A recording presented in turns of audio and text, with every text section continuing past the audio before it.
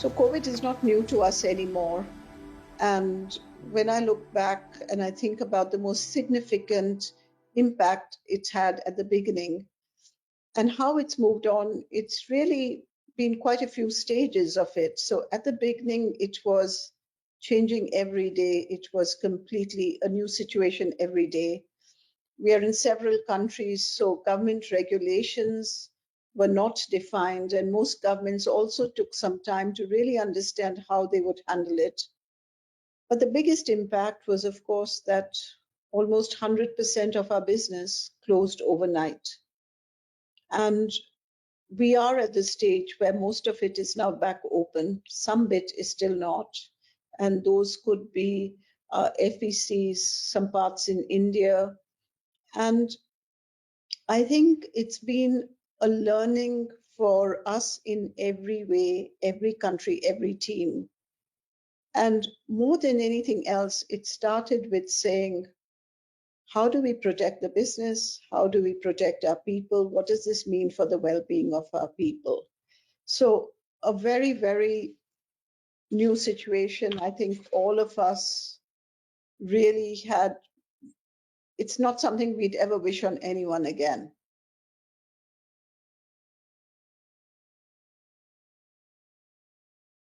It took us some time to really understand how we go about this.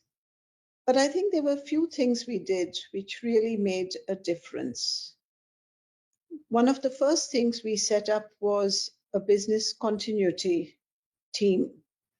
And the business continuity team had to work through every aspect of the business. So with about 50,000 employees in different parts, it was about setting up a system, setting up marshals, knowing how to close stores, how to open them again, how to support teams who had instances of infection where the governments were also changing rules and we had to abide it by it, and how we had to adapt and learn routines of sanitization, routines of completely new customer service norms. And I think that really helped us, that we had the central team to talk to everyone, to guide everyone. And it was a team from different parts of the business, not just HR, not just the business, but including technology, including HR, including uh, public relations. So it was hugely a benefit to us. I think the other thing we did, which really benefited us, was setting up what we called a steering committee. And the steering committee worked directly with each business, giving a direction to say how we would look at the norms of cost savings, inventory management, and cash flow management. And bringing that central team and a central guidance and working with every concept, every territory to bring that, I think, made a very big difference. So it supported businesses, it also gave them guidance. And I believe, when we close our year in June, and I do feel that we closed in a better place because of a lot of the decisions we took fairly early on to move early on. We took time to understand our people decisions and how we needed to do it. So we didn't have any knee-jerk reaction on people. But we then took a call to say, whatever we do, we should have the year in mind. It's not just about the 2 months, 3 months, or 6 months of COVID, but what is right for the business even long term. And I think looking at it in that perspective, saying you can't take people decisions just on a 6-month spell, has made a lot of difference. I think we were very fortunate in the way that we had, over the years, over the last 5 years, built e-commerce capabilities and fairly strong e-commerce teams, particularly in Saudi Arabia and in the UAE. We had strengthened these in November last year with what we call White Wednesday, which was our big day of discount last year. And all that learning really helped us through COVID because it helped us set up to move faster with our e-commerce deliverables because the numbers went up exponentially. And we had to set up our teams in the middle of a pandemic to be able to actually cope and deliver with that. And that really made a huge difference because from in our two big markets, from being closed down completely to actually being able to deliver, it would be 10 to 20% even of some of the turnovers of that month made a huge difference. Those numbers have obviously now come down as the stores have reopened, but it's taught us how differently to work and how the customer actually can be serviced.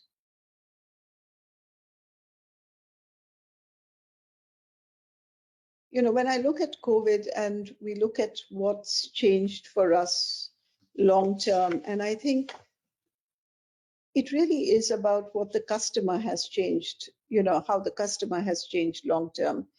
And I think one of the industries which is impacted the most is the retail industry because the customer has changed. I don't think the customer for a long time or will ever go back to buying in the same manner. Definitely not in apparel, definitely not in footwear. And what seems to be also changing is the way the customer looks at value, how they look at how they will allocate and spend their money, and who they will spend their money with and why. And I think the customer has become far more demanding and almost taking it for granted that they should expect a certain service, which is very individual, which is very defined to how they would like it rather than what's available. And I think with that, to me, the biggest challenge is how do we gear up our stores also to be able to actually cope with this customer and the customer experience being so different now? You know, it's not just about sanitization, but it's about a customer feeling that the way they want to be serviced, even in store, is very different. It's about how we do omni-channel and bring that together too, because our retail and digital have to work completely seamlessly together. And this wasn't the case in the past with us. Yes, we had both, but they were both quite different but now they need to completely be working seamlessly together to be driving one customer experience, one custom, one way of looking at it from the customer perspective, because that customer is the same across all our channels. So I think that is one of the biggest things which will change for us. And with that, what we would need to change is the way we look at our processes, the way we look at the business model. So how do we create a more flexible cost model? How do we work much faster on buying? How do we shift to a buying system which is much closer to season? And how relevant is season anymore? Or is it really being relevant to what is that month about? What is that occasion and event about? And that is, I think, where success will lie. The strength of our business, and I think this is something we realize very much as we do, as we've handled COVID, is that we work across different categories, be it home, apparel, footwear, beauty.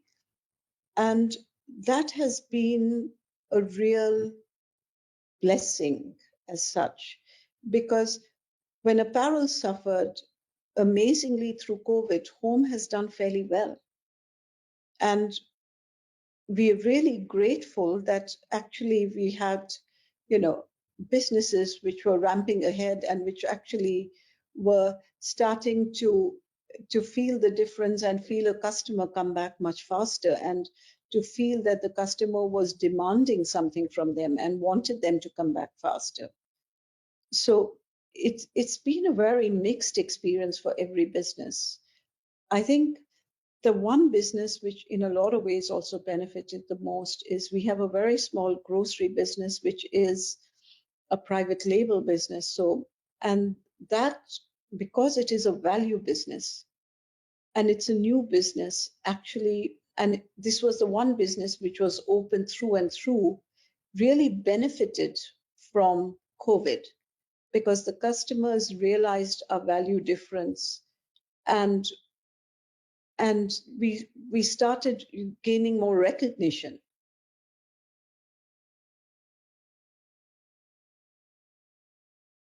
There's good and bad which comes out of everything, and I think we're learning now how to look back on COVID and how to see the benefits which will come out of it, short term to long term.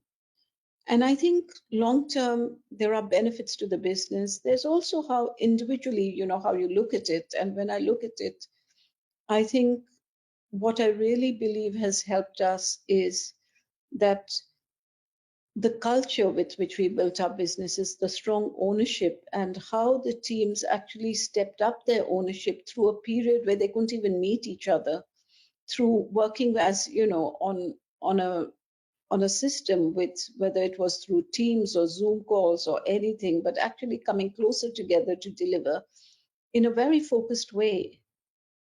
And I think what also helped was the leadership. And definitely in businesses where we had strong leaders, we did better.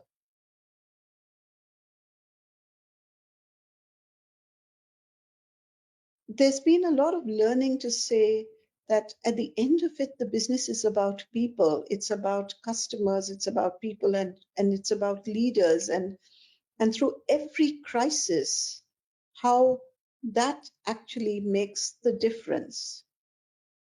Face to face is important and it's not going to go away. And I think we realize as time goes on through COVID that bringing that back is important. But more than anything else, it's the leadership, the people, and the connect, which I think make all the difference.